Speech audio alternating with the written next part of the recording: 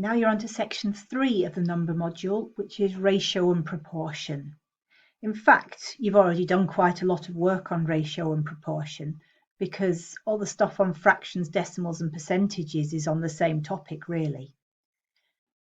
So in this section, we start by looking at the relationship between ratio and fractions, then at sharing an amount in a ratio, and then at slightly harder problems on that same basis where you're told how much one person gets or what the difference is between two shares, and you have to do your working out from that. Then we're going to look at manipulating ratios, so expressing them in different forms, and map scales, so how you relate the scale of a map to how far something is on the ground and how far it will be on the map.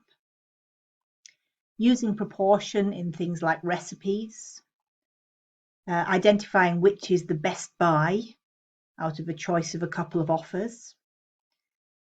What I call fraction of a fraction problems, where you've got something that's split into two groups and then each of those groups is split further using either ratios or fractions or percentages.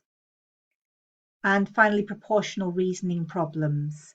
Using proportion is an example of some of these, but these go to quite difficult ones where you've got three variables. For example, it takes this many workers, that many hours to do a certain amount of work.